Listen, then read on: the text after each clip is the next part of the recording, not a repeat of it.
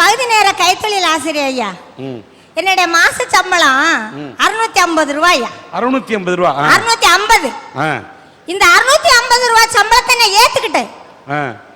ஏன்னா அரசாங்கம் எனக்கு கொடுக்குது அப்படின்னு நான் ஏத்துக்கிட்டேன் ஐயா. சரிம்மா. ஐயா 8:30க்கு பள்ளிக்கூடத்துக்கு போயிருவேன். 12:40 வரைக்கும் பாடம் நடத்துவையா. இந்த 650 ரூபாய் சம்பளத்துக்கு ஐயா 15,000 ரூபாய் சம்பளம் வாங்குறவங்க என்னைய மதிப்பாங்களா ஐயா? ஆனா நான் என்ன செய்து தெரியுமா ஐயா? என்னை மதிக்கலனாலும் பரவாயில்ல, என்னுடைய அன்பு பிள்ளைகளுக்காக வேண்டி நான் பாடம் நடத்தினேன் ஐயா. 12:40க்கு பள்ளிக்கூடம் விட்ட உடனே ஐயா வெளியில வருவேன். அந்த உடனே பிள்ளைகளெல்லாம் வரிசையில சத்துணவுல நிக்க சொல்லுவேன். சத்துணவுல எல்லா பிள்ளைகளும் நிக்க சொல்ல ஐயா. அந்த சத்துணவுல எனக்கு ஒரு தட்டு இருக்குயா, எனக்கு வாங்குவாங்க ஐயா மத்தியான சோறு. என்னுடைய அன்பு பிள்ளைகள் இருக்காங்க பாருங்க ஐயா. இந்த சத்துணவு சோத்தை கொண்டு வந்து வட்டம் போட்டு உட்கார்ந்து ஒருத்தர் வெங்காயம் கொண்டு வருவான், ஒருத்தர் பச்சை மிளகாய் கொண்டு வருவான், ஒருத்தர் ரசம் கொண்டு வருவான், ஒருத்தர் எனக்கு ஊறுகாய் கொண்டு வருவான். நான் வாங்கி வச்சிருக்கல ஐயா சோறு, அந்த சோத்தை அவனுக்கு நான் கொடுக்கணும். அப்பதான் அவனுக்கு நிம்மதி. அதை எல்லாரும் தட்டிலையும் ஆளு கொஞ்சம் கொஞ்சம் அள்ளி போட்டுட்டு நானும் சாப்பிடுவேன். சாப்பிட்டுட்டு அவங்களோட தான் உட்காந்து பேசுவேன். இத்தனை வருஷம் சாப்பிட்டேன் தெரியுமா ஐயா? 24 ஆண்டுகள் சத்துணவு சாப்பிட்டேயா. 24 ஆண்டுகள் அந்த சோத்தை சாப்பிட்டுட்டு மறுபடி 2 மணிக்கு மறுபடி 4:10 வரைக்கும் பாடம் நடத்துவையா. இந்த சமுதாயம் என்னைய ஏத்துக்கிடலையா. ஏன் தெரியுமா ஐயா? ஏன் பணம் இல்லை எனக்கு. என்னுடைய உத்தியோகம் என்னை கேவலப்படுத்துச்சு. அந்த தேனி மந்தையில என்னைய 15,000 ரூபாய் சம்பளம் வாங்குற டீச்சர் சொல்லும், வெக்கமில்லாம 650 ரூபாய் சம்பளத்துக்கு வாரா பாரு.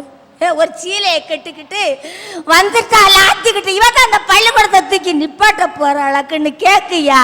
ஆனால் நான் தளரலையா ஐயா. 24 ஆண்டுகள் வேலை பார்த்து 29/2/2008 அன்னைக்கு நான் வெளியில வரச்சில அந்த 650 ரூபாய் இல்லை ஐயா.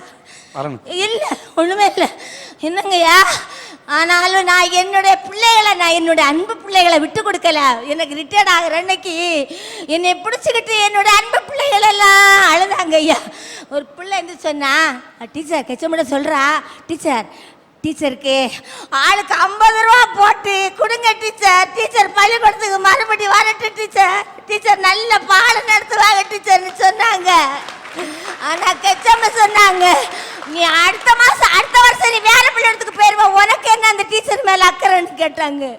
வெறும் ஆளாத்தையா வந்து எனக்கு என்கிட்ட படிச்ச ஒரு பையன் சிங்கப்பூர்ல வேலை பார்த்தான். அவன் வந்து அவனுக்கு கல்யாணம் வந்து எனக்கு பத்திரிக்கை வச்சான். பத்திரிக்கை வச்சுட்டு டீச்சர் கல்யாணத்துக்கு வந்துருங்க. நான் சரியானு போனேன். அந்த கல்யாண பந்தலில் எனக்கு ஐயா 500 ரூபாய்க்கு பட்டுச்சாலை எடுத்து கொடுத்தாய்யா. நான் வாங்கினையா. ஒருத்தர் ராயப்பட்டில இருந்து எனக்கு லெட்டர் எழுதுறா. அன்புள்ள அம்மாவுக்கு மகன் எழுதுவது, அம்மா நீங்க என்னை படிக்க வச்சது மாதிரி மற்ற பிள்ளைகளை நீங்க படிக்க வைங்க மனுஷன். அவனுக்கு தகப்பன் தாயில் அந்த அம்மா ஸ்தானத்தை எனக்கு அவன் கொடுத்தாயா. எனக்கு அவன் கொடுத்தா நான் வாழ்ந்துகிட்டு இருக்கேன். சாகாம எதுக்கு வேண்டி வாழ்ந்துகிட்டு இருக்கேன் தெரியுமா ஐயா? ஒரு வருஷமா படுத்திருக்க ஒரு கணவனால் கைவிடப்பட்ட ஒரு மகள், அதுக்கு 2 பிள்ளைகள், அதுக்காக வேண்டி நான் வாழ்ந்துகிட்டு இருக்கேன் ஐயா. நான் சொல்ல, என்னுடைய கணவர் ஒரு வருஷம் நோயாளி. என்னோட கணவர் ராத்திரியில உறங்க மாட்டாங்கய்யா. எங்க இந்த குடிச்சாக்கியா தூங்குவாங்கன்னு டாக்டர் சொல்லியிருக்காரு ஐயா. நானு போவேயா கடைக்கு, ராத்து கடைக்கு போவேன். காசு இருக்காது. யாருக்கு அது அம்மா 10 ரூபா கொடுங்க 20 ரூபா கொடுங்கன்னு வாங்கிட்டு பங்களாமேடு கடை இருக்காங்க போய் நிற்பேன். யாராவது தெரிஞ்சவங்க வாராங்களா, நமக்கு ஒரு பிராந்தி பாட்டில் வாங்கி தர மாட்டாங்களான்னு வாங்க ஆள் இருக்காது. பிராந்தி கடைக்கு போயிடுவேன். 10 பேர் நிற்பாங்க. சொல்லுவாங்க, ஐயா என்னம்மா அப்படிமா, எங்கள் வீட்டுக்காரரு படுத்த படுக்கையாக இருக்காருயா, நடக்க முடியாதுயா, ஒரு பாட்டில் கொடுங்கய்யா, தப்பாக நினைக்காதுங்க. உங்கள் தாய் தந்தை, உங்கள் அக்கா தங்கச்சி, உங்கள் பெற்றோர் பிள்ளைகள் யாராவது அந்த மாதிரி ஒரு இது பண்ணுனா நீங்கள் எல்லாம் என்ன பண்ணுவீங்க? உங்கள் கணவருக்கு நீங்கள் கடையில் போய் வாங்கி கொடுத்துருக்கீங்களா? நான் வாங்கி கொடுத்துருக்கேன். என்னுடைய கணவருக்காக வேண்டி, என் பிள்ளைகளுக்காக வேண்டி நான் வாழ்ந்துகிட்டு இருக்கேன்.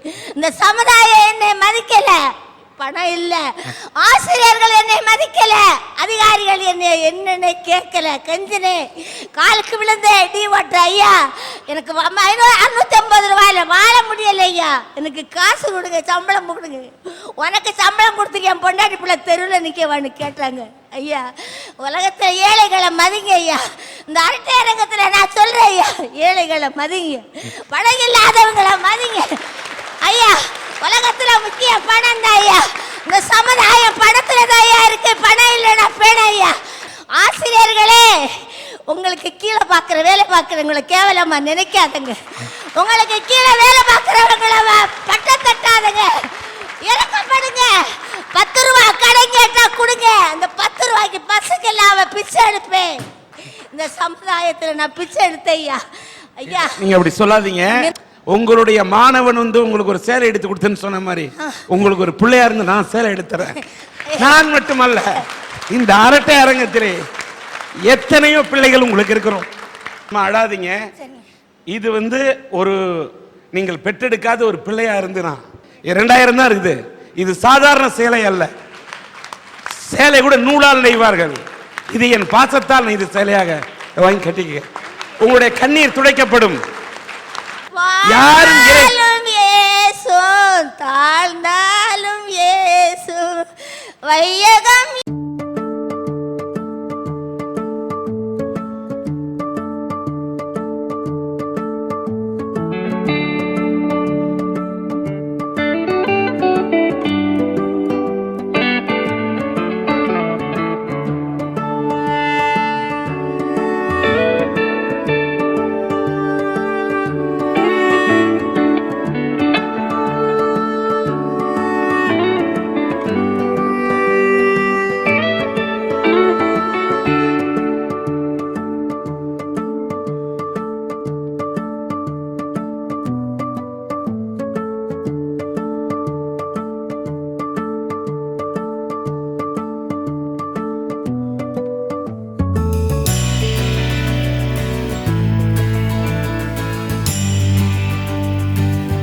ஐயா, விட்டு கொடுத்தல்ன்றது ஒரு குடும்பத்தில் நடக்கிற நிகழ்வுயா. அவங்கெல்லாம் தெரியாமல் என்னென்னமோ கற்பனையில் பேசுகிறாங்க. ஐயா எனக்கு 2 பையங்கய்யா. ஒரு பையனுக்கு 15 வயசு ஆகுது, இன்னொரு பையனுக்கு 10 வயசு ஆகுது. எங்கள் வாழ்க்கை நல்லாத்தே ஓடிக்கிருச்சு. நான் கடைக்கு போக, வீட்டுக்காரம்மா வீட்டில் இருக்க, வருமானம் பத்தாதுன்னு ஒரு சின்ன கடையை வீட்டில் வச்சு விட்டு வீட்டுக்காரம்மா பார்க்க வச்சுக்கணும். அப்போ பார்த்தா 2வது பையனுக்கு திடீர்னு காய்ச்சல். 2 நாள் தொடர்ந்து ஆஸ்பத்திரி போய் காட்டிக்கிட்டு இருக்கோம். 3ஆவது நாள் டாக்டர் சொல்லிட்டாரு, மூளைக்காய்ச்சல் ரொம்ப அட்டாக் ஆயிடுச்சு அப்படின்ட்டார். என் பையனுக்கு மூளைக்காய்ச்சல் ரொம்ப அட்டாக் ஆனால மதுரை எல்லா ஏரியா வச்சு பார்த்தோம். ஆனால் எவ்வளோ பணம் செலவழித்தோம், ஆழத்தையும் காப்பாற்ற முடிஞ்சு, அவனோட மூளை வளர்ச்சியை காப்பாற்ற முடியலை. இன்னைக்கு பார்த்தா ரொம்ப வீட்டுக்கு ஆகிட்டான். என் பெண்டாட்டி கிராமத்தில் 140 வீட்டுக்குள்ளே பிறந்து கரண்ட் இல்லாத ஊரில் பிறந்தவ. டவுனில் போனால் நல்லா சந்தோஷமாக ஆளுகளை பார்த்துக்கலாம், வச்சுக்கலாம், ஒரு சினிமாக்கெல்லாம் போய்க்கலான்னு. இந்த 8 வருஷ காலமாக என் மனைவி வெளியே வருவதில்லை. அவன்தான் உலகம் என்று நினைத்து கொண்டிருக்கிறாள். கடையை பார்க்க வேண்டியது, அந்த பயிலை பார்க்க வேண்டியது. அவனுக்கு என்ன பிடிக்குமோ அதைத்தையும் சாப்பிட்றான். அவனுக்கு என்னெல்லாம் நடக்குமோ அதை நடந்துக்கிட்டு இருக்கான். வெளி உலகம் நல்லா பார்க்கணும், நல்லா அனுபவிக்கணும்னு நினச்சி வந்தவன் இன்றைக்கி வீட்டுக்குள்ளே கூண்டுக்குள்ளே அடப்பட்டு கிடக்காங்க. இந்த அரட்டை அரங்கத்துக்கு ஒரு நன்றியை சொல்லணும்னா, அந்த 8 வருஷத்துக்கு பிறகு இன்றைக்கி ஒரு 6 மணி நேரம் இன்றைக்கி என் கூட கூட்டுக்கு வந்து உட்கார வச்சுருக்கேன். இது ஒரு பெரிய நான் பாக்கியமாக நினைக்கிறேங்க. வெளியே கூட்டுக்கு வந்தது என் மனைவி பெற்றுட்டா, நான் வளர்த்துட்டோம், அதில் தப்பு இல்லை. பையன்கள்லாம் என்ன செய்கிறாங்கன்னா, ஸ்கூலுக்கு போயிட்டு வந்தோடனே பேக்கில் தூக்கி போட்டு ஓடிடுவாங்க. எல்லா பையனும் தூக்கி போட்டு கிரிக்கெட் பேட்டு கிட்டி எல்லாம் தூக்கி போயிடும். என் மகனும் தூக்கி கொண்டு ஓடுவான் ஐயா. என் மகனை தூக்கி கொண்டு ஓடுவான். என் சிறு மகனை தூக்கி கொண்டு ஓடி போய் விளையாடும் இடத்துல நிறுத்தி வேடிக்கை காட்டுவான் ஐயா. நான் விட்டு கொடுக்கிறேன், மனைவி விட்டு கொடுக்கிறாள், அவனுக்கு சமமாக என் மகனும் விட்டு கொடுத்து கொண்டு இருக்கிறான். எனக்காக போட்டி போட்டு விட்டு கொடுத்து வாழ்ந்துக்கிட்டு இருக்காங்க. எனக்கு என்ன பிடிக்கும், பிள்ளைக்கு என்ன பிடிக்கும்னு நான் அந்த ஆண்டவனை ஒன்று தான் ஐயா கேட்குறேன். எனக்கு வாழ்நாளில் ஆயிலை கூட்டி கொடுக்கணும்னா, எனக்கு பிறகு அவங்க கஷ்டப்படக்கூடாது. வாழ்நாள் பூரா அவங்களுக்கு சேவை செய்யணும். ஒன்றும் இல்லை, எனக்கு அவங்க எனக்கால என்னென்னமோ விட்டு கொடுத்துட்டாங்க. ஆனால் நான் விட்டு கொடுக்குறதுக்கு அவளுக்கு ஒன்று தாயா இருக்குது, என் உயிர் மட்டும்தாயா இருக்குது. ஆனால் கண்டிப்பாக நான் விட மாட்டேனியா. ஏன்னா எனக்கு பிறகு அவள் கஷ்டப்படக்கூடாது. அவங்க காலம் இருக்க வரைக்கும் என் உயிர் இருக்குன்னு கேட்டுக்கிறீங்க. இல்லற வாழ்க்கை இனிமையாமே நான் விட்டு கொடுத்தது தாங்கய்யா. இந்த மன வளர்ச்சி குன்றிய இவருடைய மகன், சின்ன மகன் ஜீவாவை எடுத்து பள்ளிக்கூட வயதில் பேட்டு கூட விளையாடாமல் இது பண்ணி தன்னுடைய தம்பிக்காக தன் வாழ்க்கையை விட்டு கொடுத்து அவனை தூக்கி வைத்து விளையாடக்கூடிய கௌதமை மேடை கிடைக்கின்றேன்.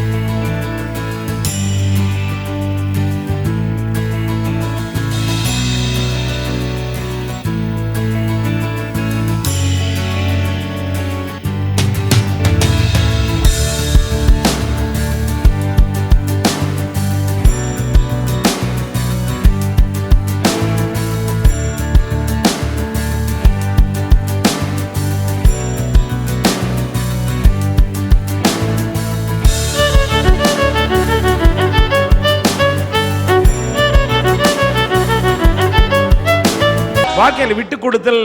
இப்ப இந்த பையனை தான் வாழ்க்கையில விளையாடணும், ஸ்கூல்ல இருந்து பேக்கை தூக்கி போட்ட உடனே பேட்டை பிடிச்சிட்டு விளையாடணும்னு விளையாடக்கூடிய மனிதர்கள் மத்தியில தன்னுடைய தம்பியை காப்பாற்றணும்னு, தான் பிள்ளையை காப்பாற்றணும், தன்னோட கணவனுக்காக தான் சக்கரை போட்டுக்காம தான் உப்பு போட்டுக்காம வாழ்க்கையை விட்டு கொடுக்கக்கூடிய மனைவி, தான் பிள்ளைய வாழ்க்கையில காப்பாற்றணுன்றதுக்காக தன் வாழ்க்கையில் என்ன நலனையும் விட்டு கொடுக்கக்கூடிய ஒரு தாயாக, கணவனுக்காக ஒரு மனைவியாக, பெற்ற பிள்ளைக்காக ஒரு தாயாக, உடன் பிறந்த தம்பிக்காக வாழக்கூடிய அண்ணனாக இந்த பையன் விட்டு கொடுக்கக்கூடிய இந்த குடும்பத்தை பார்க்கும்போது, அவர் சாதாரண கடையில வேலை செய்யறாரு, பிள்ளைய தொல்லையா நினைக்கல, அதற்காக தங்களுடைய வாழ்க்கையை விட்டு கொடுத்த இந்த பையன் இந்த ஜீவாவுக்காக ஜீவன் கொடுத்து கொண்டிருக்கக்கூடிய இந்த கௌதமை மனதார பாராட்டுகிறேன்.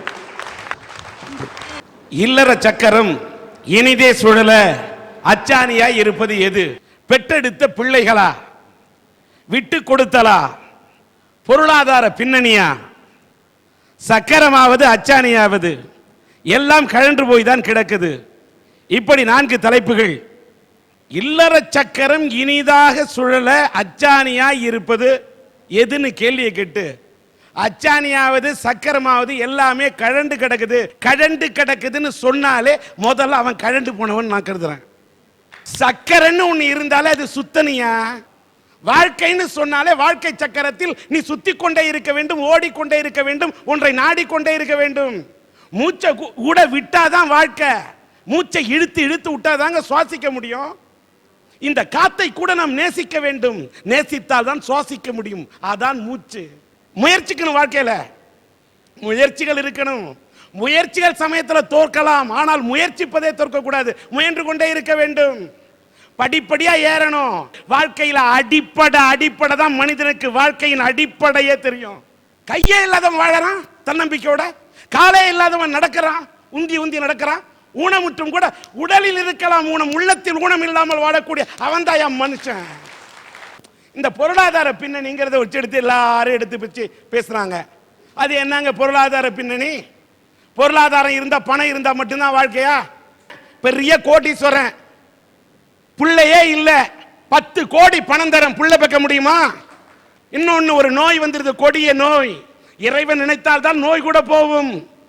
அந்த நோய் வந்து விட்டால், அந்த பணம் இருந்தால் பெரிய பணக்காரன் என்பதற்காக நோய் பறந்தோடி விடுமா? அவனுக்கு ஆய்களை கொடுத்து விடுமா? நீ சேர்த்து வச்ச புண்ணியம் மட்டும்தான் உங்களை வாழ வைக்கும், பணம் வாழ வச்சிராது. பொருளாதார பின்னணி ஒத்துக்க மாட்டேன். அடுத்தது பெத்த பிள்ளைங்க. சில பேருக்கு பிள்ளைகள் அது தொல்லைங்க, சில பேருக்கு தான் பிள்ளைங்க. நல்ல பிள்ளைங்களை பார்த்தா அது அப்பா அம்மா செஞ்ச பாக்கியம். அதாவது கணவன் அமைவதெல்லாம் கடவுள் கொடுத்த வரம், மனைவி அமைவதெல்லாம் இறைவன் கொடுத்த வரம், ஒத்துக்கிறேன். அதே மாதிரி பிள்ளைகள் அமைவது என்பது நிச்சயமாக படைத்தவன் கொடுத்த வரம். படைத்தவன் நல்ல பிள்ளைய குடிச்சா அது புள்ள, இல்லைன்னா தொல்லை. எத்தனை பிள்ளைங்க அப்பா அம்மா வாழ வைக்கிறது காட்டுங்க. கட்ட பொண்டாட்டி மட்டும்தான் சில கணவனுக்கு கடைசி வரையும் கூட இருக்கிறா.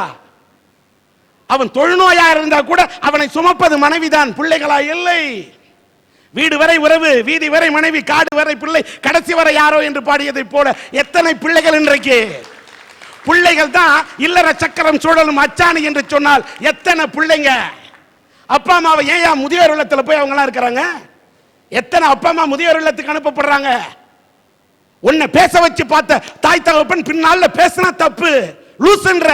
மகன் எப்படி பேசுறான்னு பார்த்து ரசிச்சு அப்பா அம்மா பின்னாடி என் புள்ள பேசுறானே பொழுசுறானே நெஞ்சில அடிச்சுக்கிட்டு கதறாங்க தாய் தகப்ப. முதியோர் இல்லத்துல போயிட்டாங்க. அப்ப இந்த பிள்ளைகளா வாழ்க்கை சக்கரம் சுத்துறதுக்கான அச்சாணி. வாழ்க்கையில் இந்த தாடி வச்சு எடுத்ததே இல்லை. என் தாய் இறந்தப்ப இந்த தாடி எடுத்தேன். அப்ப ஏன் எடுத்தேன் தெரியுமா? எனக்கு உயிரை கொடுத்ததே என் தாய். என் தாய் கொடுத்தது இந்த உயிர், அவளுக்காக இந்த தாடி எடுத்தேன்னு அன்னைக்கு தான் எடுத்தேன். தாயிற் சிறந்த கோயில் இல்லை, தந்தை சொல்விக்க மந்திரம் இல்லை. இப்படி பெத்த தாய் தந்தை தாயை பத்தி நினைச்சு பார்க்காம தாய் தகப்ப நினைச்சு பார்க்காத பிள்ளைங்க எல்லாம். ஆனால் இன்னைக்கு ஒரு தேனியில வந்து ஒரு முதியோர் இல்லத்துல பார்த்தா ஒரு தாயை பார்க்குறேன். 65 லட்சம் ரூபாய் சொத்து இருக்குங்க அந்த அம்மாவுக்கு. ஆனா முதியோர் இல்லத்துல தங்கி இருக்கிறாங்க. அவங்க தன்னுடைய இந்த சொத்தை பின்னாடி யாருக்கா எழுதணும்னா அவங்களோட முகவரி என்னன்னு கேட்டா, முகவரி அந்த முதியோர் இல்லத்தை அந்த தாய் எழுதி வைத்திருக்கிறார். அப்ப அந்த பணத்தில் அந்த தாய்க்கு நிம்மதி இருக்குதா? இல்ல. தன் பெத்த பிள்ளைகள் கூட இல்ல, இந்த முதியோர் இல்லத்துல இருக்கக்கூடிய மற்றவர்களோடு அங்க அனாதையோட அனாதையா அங்கே சங்கமித்தத்திலே ஆனந்தம் காண்கிறாரே அந்த தாய். அப்ப அந்த இல்லறம் என்ற அந்த சக்கரத்தை இனிதே சுழல வைப்பதற்கு பிள்ளைகள் காரணமா? அவர்கள் அச்சாணியா? இல்லை. அப்ப எது அச்சாணி?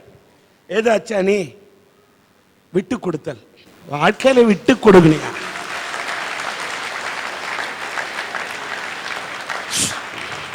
பொண்டாட்டிட்ட புருஷன் தோக்கணும், புருஷன்கிட்ட பொண்டாட்டி தோக்கணும். அப்பதான் குடும்பம் ஜெயிக்கும்.